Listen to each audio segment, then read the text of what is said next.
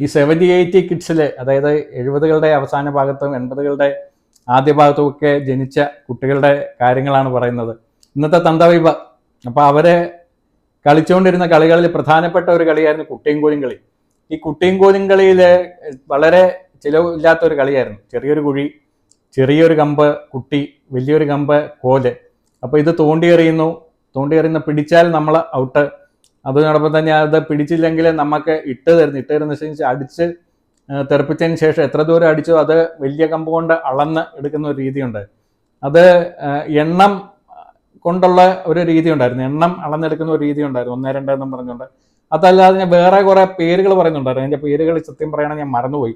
IT ആറാങ്ക് എന്നൊക്കെ ഞാൻ കേട്ടിട്ടുണ്ട്. IT ആറാങ്ക് പണമെന്ന് പല നാടുകളിലും പല പേരിലായിരിക്കും. അതിന് ഓരോ രീതിയിൽ ഇത് നമ്മൾ തൂണ്ടുന്നതിന് പകരം അടിച്ചു തെറിപ്പിക്കുന്ന ഒരു സമ്പ്രദായം ഉണ്ടായിരുന്നു.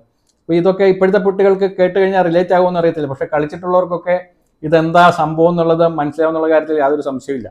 പിന്നെ ഉണ്ടായിരുന്ന ഒരു കളി എന്ന് വെച്ച് കഴിഞ്ഞാൽ ഓല കൊണ്ട് പന്തുണ്ടാക്കുക. അകത്ത് ഈ പാണലിൻ്റെ ഇല ചതച്ച് വെച്ചിട്ട് അതുകൊണ്ട് പന്തുണ്ടാക്കിയിട്ട് അതുകൊണ്ട് മെനഞ്ഞ് പന്തുണ്ടാക്കാൻ അറിയാവുന്ന ആൾക്കാരുണ്ടായിരുന്നു.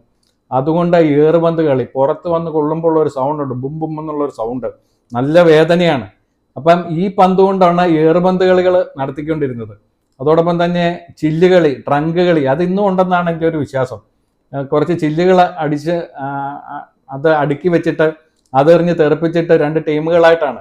പിന്നെ ഇത് തിരിച്ച് അടുക്കുന്നതിന് മുമ്പ് ബാക്കി എല്ലാവരും എറിഞ്ഞ് ഔട്ടാക്കണം. അങ്ങനെ ഒരു കളി. ഇതൊക്കെ അന്നത്തെ വളരെ ഫേമസ് ആയിട്ടുള്ള കളികളായിരുന്നു, എല്ലാവരും കളിച്ചുകൊണ്ടിരിക്കുന്ന കളികളായിരുന്നു. ഇന്ന് ഏതെങ്കിലുമൊക്കെ കുട്ടികൾക്ക് ഇതിനെക്കുറിച്ചിട്ട് എന്തെങ്കിലുമൊക്കെ അറിയാമോ എന്ന് എനിക്ക് വളരെ സംശയമാണ്. എൻ്റെ മോക്ക് എന്തായാലും ഇതിനെക്കുറിച്ചിട്ടൊന്നും യാതൊരു ധാരണയില്ല, കണ്ടിട്ടുമില്ല. പക്ഷെ അന്നത്തെ വലിയ വിനോദങ്ങളായിരുന്നു ഇതൊക്കെ. പിന്നെ ക്രിക്കറ്റ് ആയിരുന്നു പിന്നെ അടുത്തത്. അതിനെക്കുറിച്ചിട്ട് അടുത്ത ഒരു വീഡിയോയിൽ പറയാം.